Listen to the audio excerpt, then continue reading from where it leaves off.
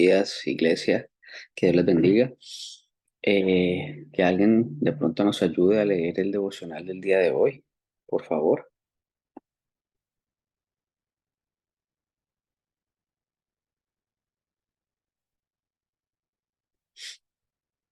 Y bueno, si no, yo aquí lo tengo, lo voy a leer. Hermano, buenos días. Bueno, muchas gracias, mi hermana. Bien, puede. El marzo 27, acercarlo un poquito. Salvos por un sacrificio. La sangre les será a ustedes por señal en las casas donde estén.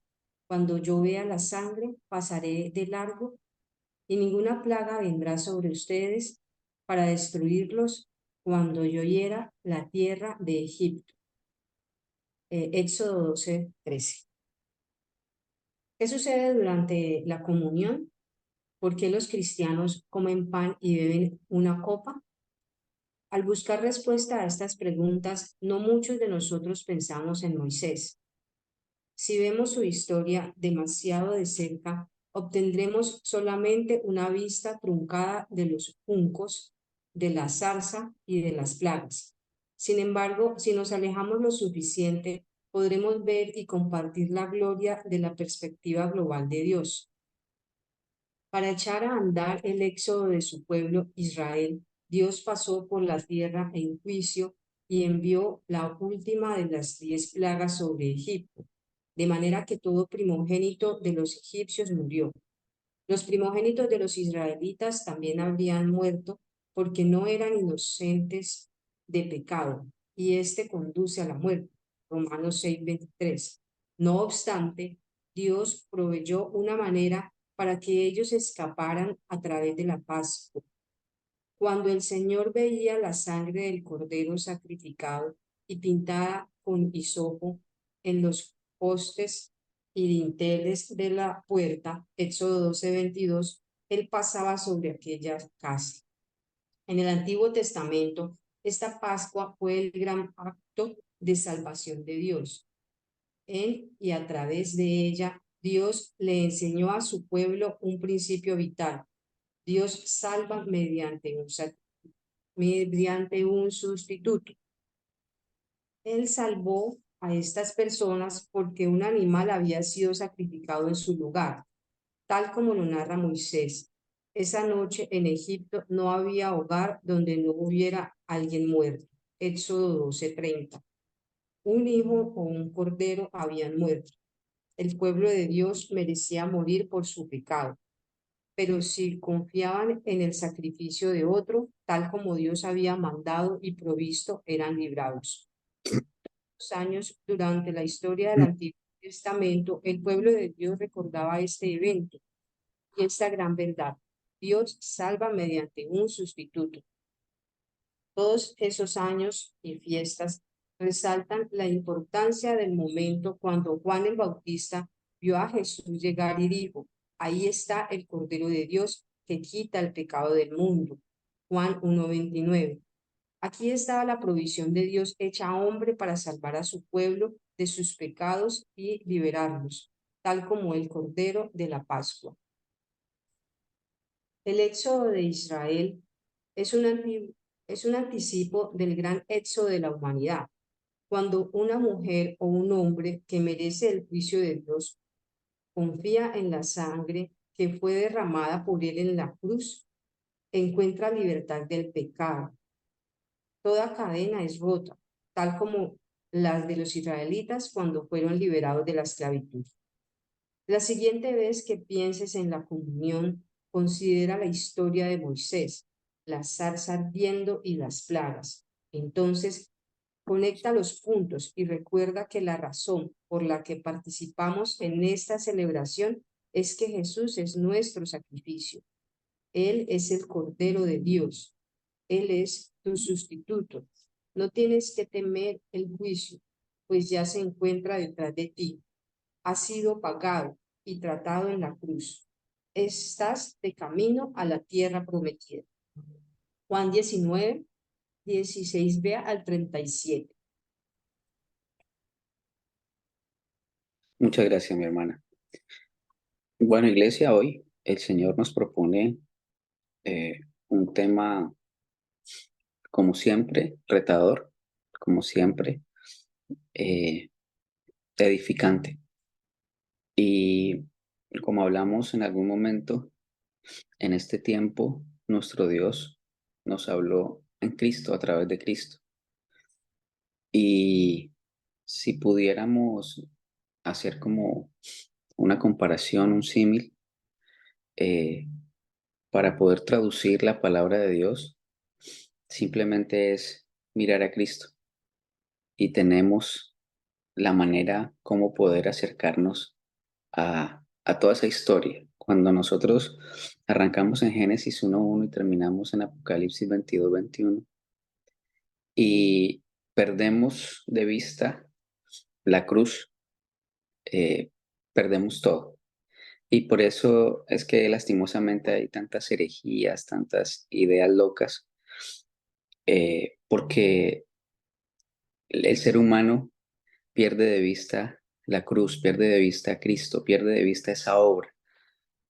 Pero cuando tenemos en nuestra mente, desde Génesis 1:1 hasta Apocalipsis 22:21, en mente a Cristo y su obra perfecta, entonces vamos a estar bien y todo tiene sentido.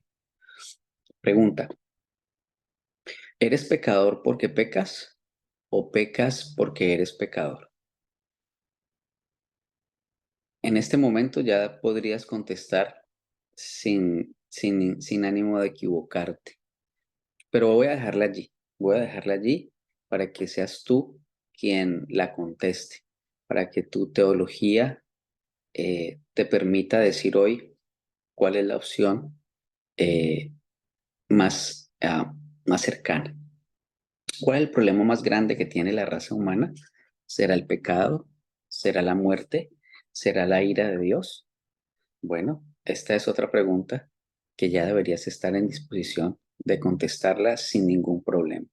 Juan 3:36 dice: el que cree en el Hijo tiene vida eterna, pero el que rehúsa creer en el Hijo no verá la vida eterna, sino que la ira de Dios está sobre él. El que cree en el Hijo de Dios no sufrirá la ira de Dios por su pecado, porque el Hijo llevó en él la ira de Dios cuando murió en la cruz en nuestro lugar.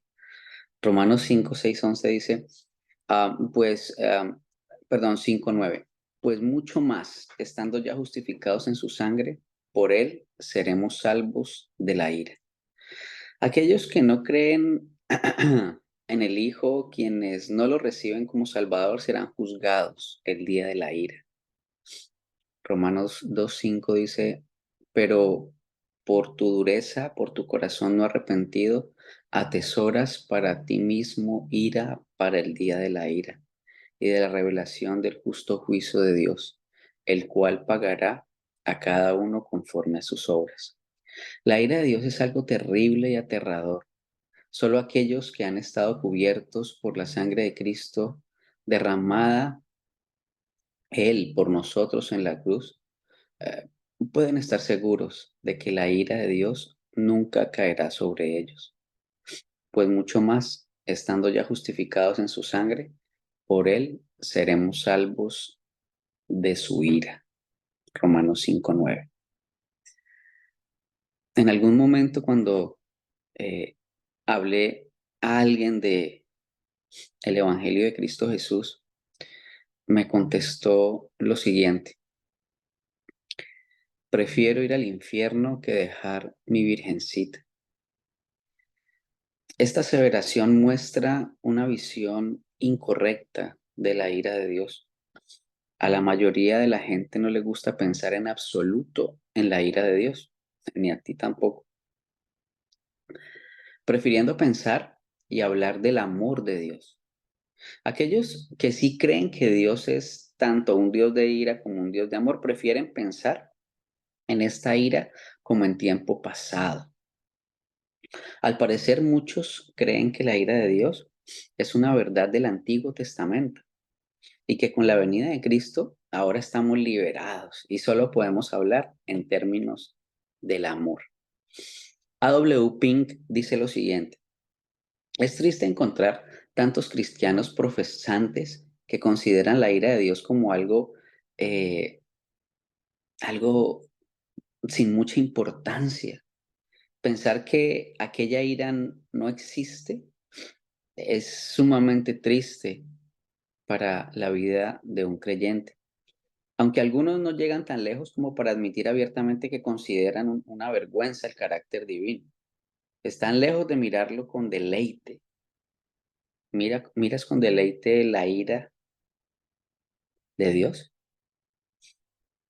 No les gusta meditar en ello y raramente oyen hablar de ella sin un resentimiento secreto que se eleva en sus corazones en su contra. Incluso con aquellos que son más sobrios en su juicio, y no pocos se imaginan que existe una severidad acerca de la ira de Dios, que es demasiado aterradora como para considerarla como un tema de contemplación útil. Otros albergan la ilusión que la ira de Dios no es consecuente con su bondad y por lo tanto tratan de hacerla desaparecer de sus pensamientos. La ira de Dios es su repudio eterno a todo lo que no es recto. Él es el desagrado y la indignación de la equidad divina en contra del mal. Es la santidad de Dios que se ve convulsionada hacia el pecado. Es la causa en movimiento de una sentencia que Él hace recaer sobre los impíos. Familia, la ira de Dios es una realidad. La ira de Dios hace parte del carácter de Dios, hace parte de Dios y por lo tanto es algo sobre lo cual cada creyente muy a menudo debe pensar y no en vano. El Señor nos recuerda a través de la comunión precisamente esto. Nos quedamos en la comunión solamente en mirar la sangre y en mirar la cruz desde un lado, como si fuera una moneda y el otro lado no tuviera nada. Sí, el amor, sí, la misericordia, sí, el perdón, pero si la mala noticia no está presente permanentemente, nuestro corazón se pierde y se pierde el privilegio de mirar la cruz, porque si no contemplamos la ira de Dios, la cruz no tiene sentido. Y volvemos de nuevo otra vez a los mismos rudimientos de siempre. Tener que explicar por qué la cruz de Cristo. Porque recuerden que antes de llegar nosotros a de las tinieblas a la luz admirable, cuando estábamos allá, cuando el Señor nos llamó, ¿tú qué decías? Y yo qué decía, yo soy bueno. Dios me ama y yo lo amo. Yo trato de ser lo mejor posible. Hay gente más mala que yo. Yo trato de esforzarme lo que más pueda, pensando, no conociendo, no sabiendo que encima mío estaba la ira de Dios y que cada acto que yo hacía pensando que le iba a agradar era amontonar ascuas, amontonar ira para el día de la ira. Eso en ningún momento y bajo ninguna circunstancia aparecía en mi mente y no aparece en la mente de ningún impío el día de hoy. Ellos no saben de la ira de Dios. O si lo saben, simplemente quieren cauterizar su conciencia y decir, todo está bien. Y lamentablemente, tú y yo, en, en muchos momentos, perdemos de vista el privilegio y el honor de meditar en este aspecto, en la ira de Dios. Porque en últimas, la cruz es ese puente que se cierne para nosotros pasar por encima de la ira. Y no por nuestra fuerza, no por lo maravilloso que somos nosotros, sino porque Él mismo lo hizo. Él mismo decidió salvarnos de su ira, pero la descargó sobre otro. Juan el Bautista fue el último de los profetas del Antiguo Testamento. Casi esperamos que hable de la ira divina, pero cuando Juan habló de la ira que vendría lo hizo en relación con la venida de Cristo. De acuerdo a la enseñanza de Juan, la ira divina está relacionada con la venida del Mesías, de dos formas. Habló del Mesías que venía a experimentar la ira de Dios y segundo, habló del Mesías como aquel que ejecutaría la ira de Dios. Entonces, nosotros estamos en el tiempo, en la era de el Mesías que experimenta la ira de Dios. Y estamos esperando cuando venga el Mesías que va a ejecutar la ira de Dios. Cuando Juan el Bautista vio por primera vez a Jesús y lo reconoció como el Mesías, habló de él como el que carga el pecado, quien debería experimentar la ira de Dios como el Cordero. Y el día siguiente vio Juan a Jesús que venía a él y dijo en Juan 1:29, he aquí el Cordero de Dios que quita el pecado del mundo. La expresión Cordero de Dios a la que Juan se refiere tiene un fuerte respaldo en el Antiguo Testamento. Tenemos el Cordero de la Pascua, sacrificio en tiempos del Éxodo de Israel, Éxodo 2, que fue un prototipo de nuestro Señor. Dice Corintios, 1 Corintios 5:7, limpiaos pues de la vieja levadura, para que seáis nueva masa, sin levadura, como sois, porque nuestra Pascua, que es Cristo, ya fue sacrificada por nosotros. Dios requería el sacrificio de animales para proveer el perdón de los pecados de manera temporal, para prefigurar el sacrificio perfecto y completo. Levítico 4:35 y 5:10. Familia, ¿cuál es la paga del pecado? La paga del pecado es la muerte. Y por cuanto este mundo es un mundo de pecado, es necesario que haya muerte.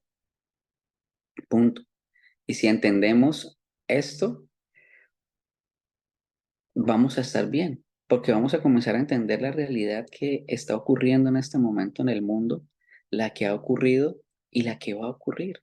La muerte es algo natural después de la caída. Es consecuencia natural de la caída. Y entonces, cuando vemos a la derecha vemos muerte, cuando vemos al frente vemos muerte, cuando vemos a la izquierda vemos muerte. Por cuanto todos pecaron, estamos destituidos de la gloria de Dios. Y la paga del pecado es la muerte. Y cada uno de los sacrificios que el Señor mandaba en el Antiguo Testamento prefiguraban al sacrificio perfecto, estaban apuntando al sacrificio perfecto. La misma arca, que era por fuera hermosa, de oro, pero por dentro eran tablas, era madera, y mostraba esa naturaleza doble y perfecta de nuestro Señor, perfectamente Dios, perfectamente hombre. Siempre todo estaba mostrando a Cristo, cada orden, cada mandamiento, absolutamente todo estaba mostrando que venía un perfecto Salvador. Y eso fue lo que perdieron de vista los judíos.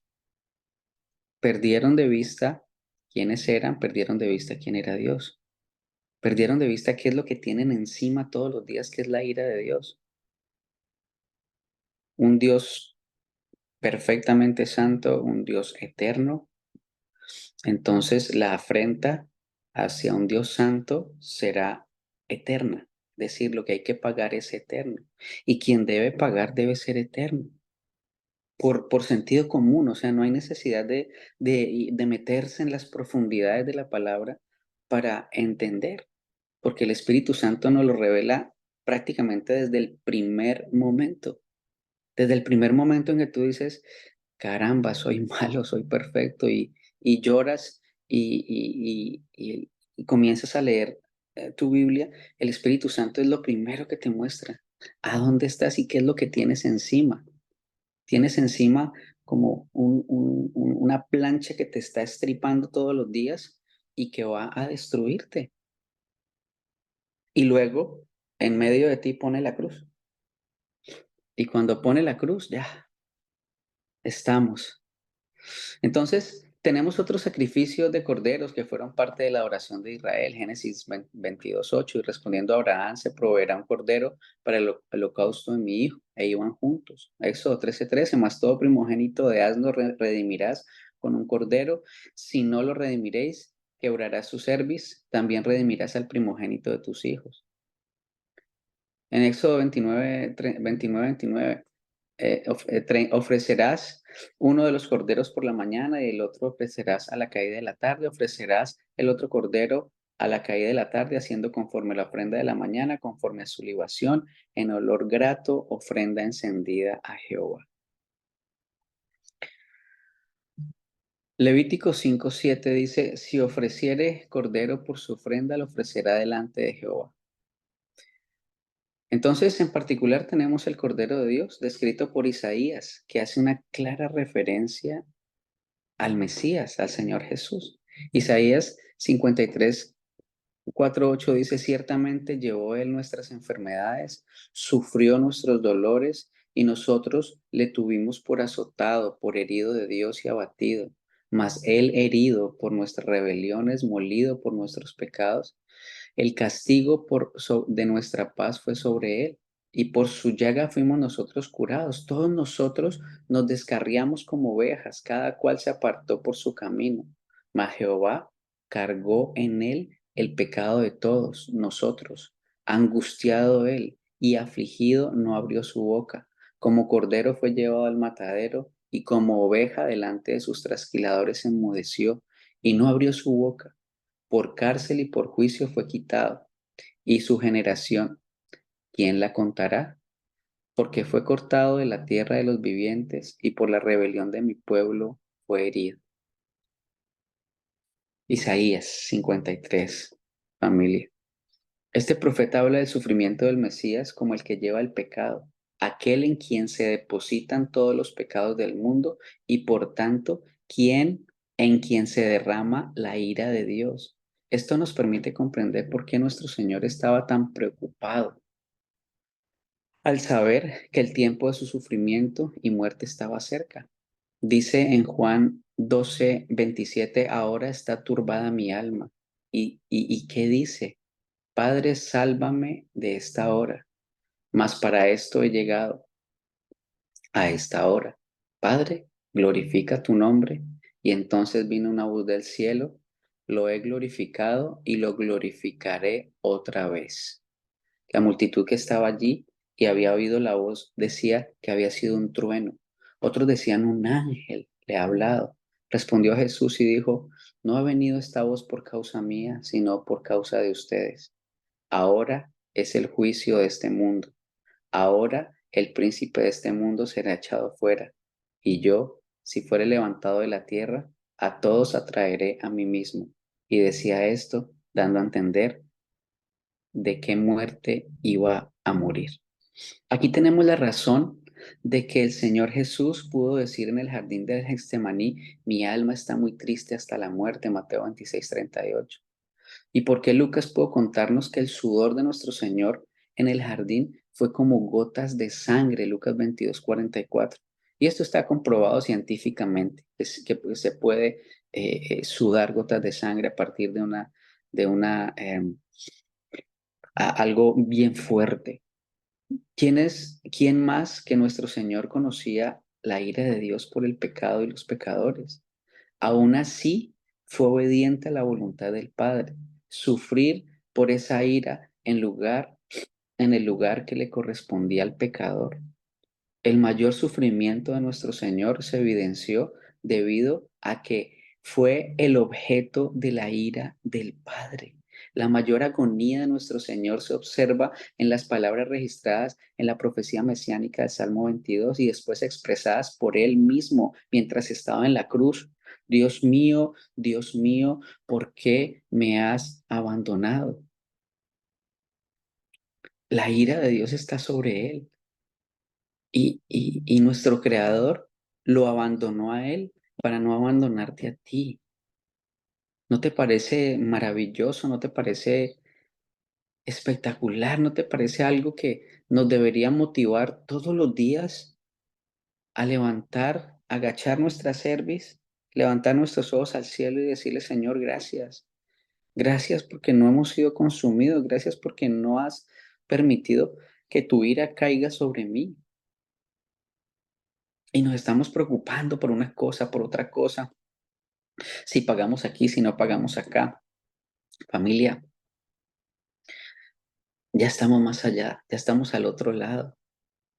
Pero tú aún sigues en tu mente viviendo al otro lado. No, ya no estás allá.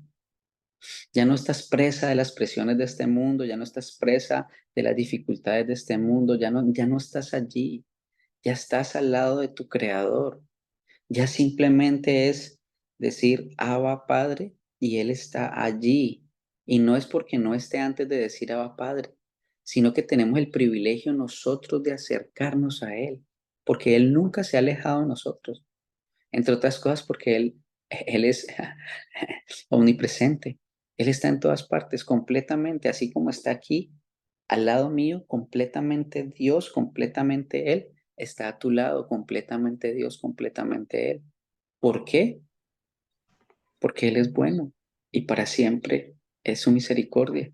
Una de las verdades más hermosas de la Biblia para el pecador que merece la ira de Dios se resume en el término teológico propiciación.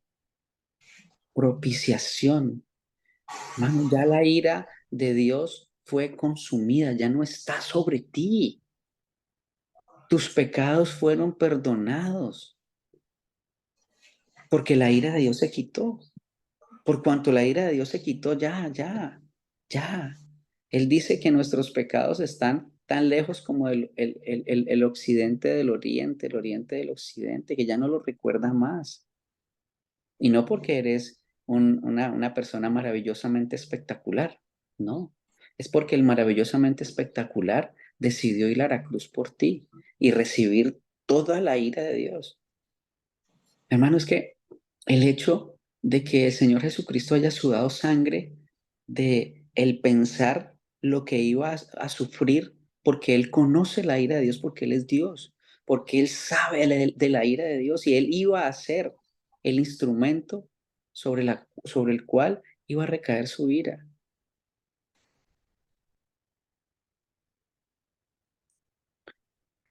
Juan, primera de Juan 2:22 dice, y Él es la propiciación por nuestros pecados y no solamente por los nuestros, sino también por los de todo el mundo.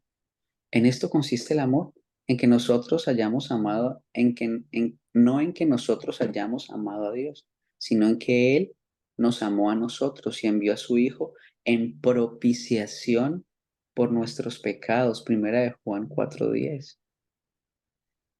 Y ya hemos hablado de la propiciación y la expiación en algún momento. Propiciación es el acto de aplacar la ira de Dios, mientras que la expiación es el acto de reparar el daño por el pecado. Y ya las dos cosas, tú las tienes, mi hermano.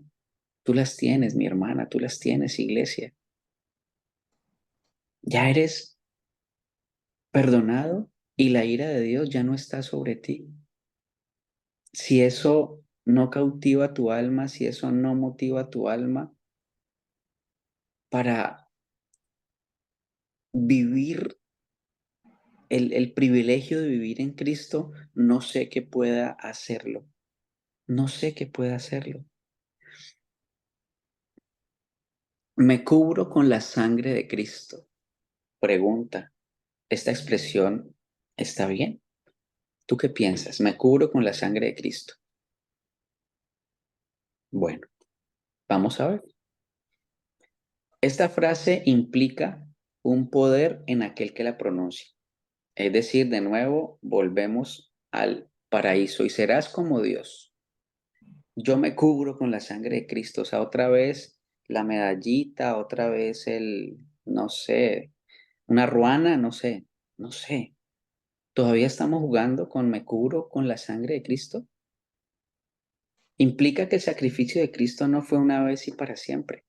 Si tú necesitas cada 5 minutos decir me cubro con la sangre de Cristo o te cubro con la sangre de Cristo, no has entendido qué fue lo que pasó en la cruz.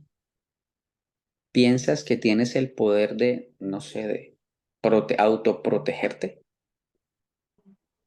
Y de que la sangre de Cristo es, no sé, es un sortilegio, algo de, me cubro con la... No, no, no, no. Dice Hebreos 12, 11, 12, pero nuestro sumo sacerdote se ofreció a sí mismo, a Dios, como un solo sacrificio por los pecados válido para siempre. Luego se sentó en el lugar de honor a la derecha de Dios.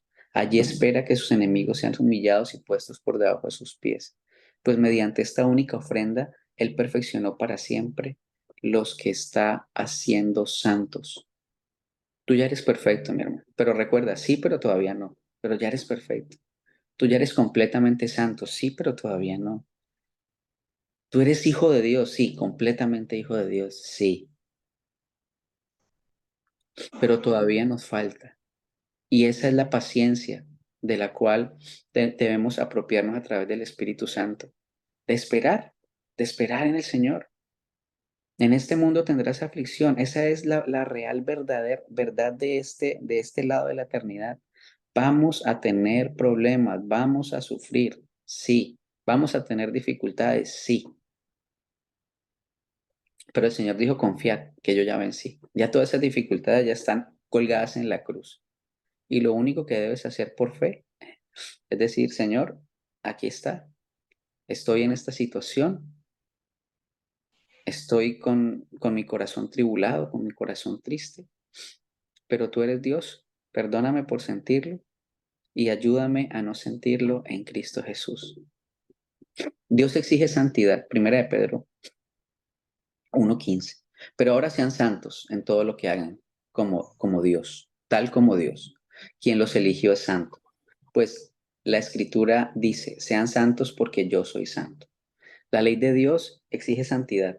No podemos brindarle a Dios una santidad total por causa de los pecados que cometemos. Romanos 3:23 dice, por cuanto todos pecaron están destituidos de la ira de Dios. Por tanto, Dios demanda la satisfacción de su ley. Así que los sacrificios para Él satisfacen los requerimientos de manera temporal. Y cuando vino Jesucristo, ese sacrificio satisfizo de manera perfecta y eterna cualquier requerimiento que Dios tuviera para nosotros. Cualquiera. Es por eso que vino Jesús, Hebreos 9, 12, 15, y nos dice, y no por sangre de machos cabríos ni de becerros, sino por su propia sangre. Entró una vez y para siempre en el lugar santísimo, habiendo obtenido eterna redención. Porque si la sangre de los toros y de los machos cabríos y las cenizas de la becerra rociada a los inmundos santifican para purificación de la carne, ¿cuánto más la sangre de Cristo?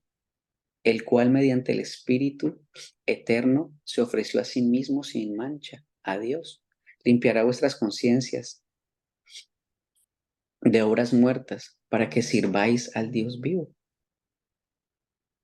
Entonces, familia, quiera Dios que tú y yo podamos entender la naturaleza de esta obra, la naturaleza de haber sido salvos por un sacrificio. Dios 3 veces santo, Filipenses 2:6, el cual siendo en forma de Dios, no estimó ser igual a Dios como cosa que aferrarse, sino que se despojó a sí mismo, tomando forma de siervo, hecho semejante a los hombres, y estando en la condición de hombre, se humilló a sí mismo, haciéndose obediente hasta la muerte y muerte de cruz. Familia, el mismo Dios vino. El mismo Dios se hizo sangre, se hizo carne. Mira lo que dice Juan 1:1. En el principio era el verbo, Jesús.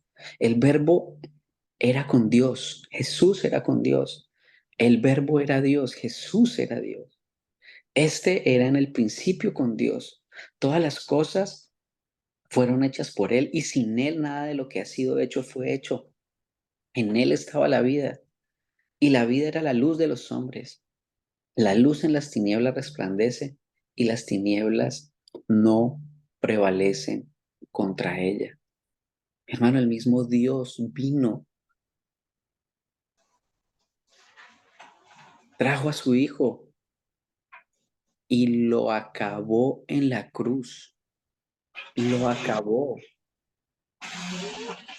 El rayo más potente de la gloria de Dios, el soberano se hizo siervo y aquel que es 3 veces santo fue hecho pecado para recibir sobre sí toda la ira del Padre, para que tú puedas ser uno de los redimidos, para que tú puedas ser hecho santo. Pero si nuestro evangelio, 2 Corintios 4:3, está encubierto, entre los que se pierden está encubierto, en los cuales el Dios de este siglo cegó el entendimiento de los incrédulos, para que no se resplandecía la luz del evangelio de la gloria de Cristo, el cual es la imagen de Dios, porque no nos predicamos a nosotros mismos, sino a Jesucristo como Señor y a nosotros como vuestros siervos por amor de Cristo. Familia, nosotros predicamos el evangelio porque Dios decidió usar el evangelio de la predicación para que los ojos de los ciegos sean abiertos. Y así como tú en algún momento sentado en alguna iglesia o en algún estudio o mirando algún devocional en YouTube o como sea, ese, esa historia llegó a tus oídos y llegó a tus oídos y asimismo como en el principio nuestro Dios dijo sea la luz y fue la luz. Cuando escuchaste ese mensaje, fue hecha la luz en tu vida.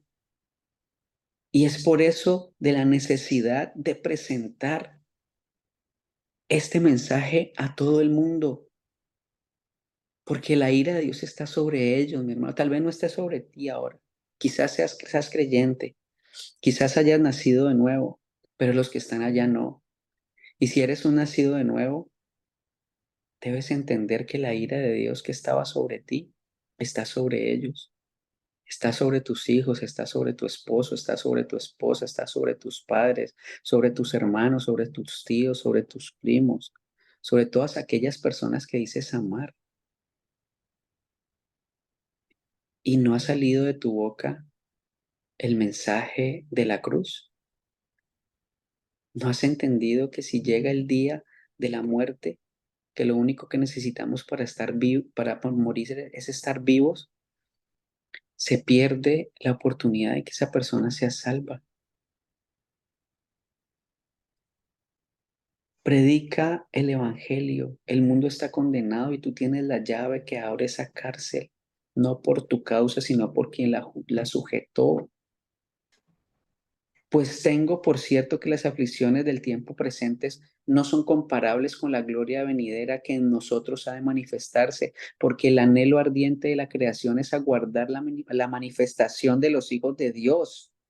¿Para qué? Para que sea salvo, para que la luz resplandezca, porque la creación fue sujeta a vanidad, no por su propia voluntad, sino por causa del que la sujetó en esperanza. A iglesia, tú tienes la esperanza. La esperanza es Cristo, la esperanza es el Evangelio. Somos salvos por un sacrificio y cada vez que podamos compartir los elementos, el pan y el vino, sí, somos liberados de la muerte, sí, somos traídos de muerte a vida, sí, el Señor nos salvó, pero ¿cuál fue el precio? Que la ira de Dios cayera sobre él, acabado sobre la cruz, fue abofeteado, fue escupido, su cabeza fue clavada, sus manos fueron clavados, sus pies fueron clavados, fue una lanza al lado, fue golpeado hasta casi morir, lo abofetearon, lo tiraron a una cruz. Mi hermano, eso es lo que significa ser salvos. El ser salvos no fue gratis. A veces nos quedamos en que no es por obras. Sí, sí, es por la obra de Cristo. Y hubo derramamiento de sangre para que la tuya no se derramara, para que tú no fueras castigado eternamente. Ya fue el Cordero inmolado castigado. Que el Señor nos permita entender que somos salvos por un sacrificio y que así como nosotros somos salvos por un sacrificio, todos tienen la posibilidad de ser salvos también. Y que la ira de Dios ya no está sobre nuestras cabezas y que cuando entendemos que la ira de Dios ya no está sobre nuestras cabezas, todo va a estar bien. Padre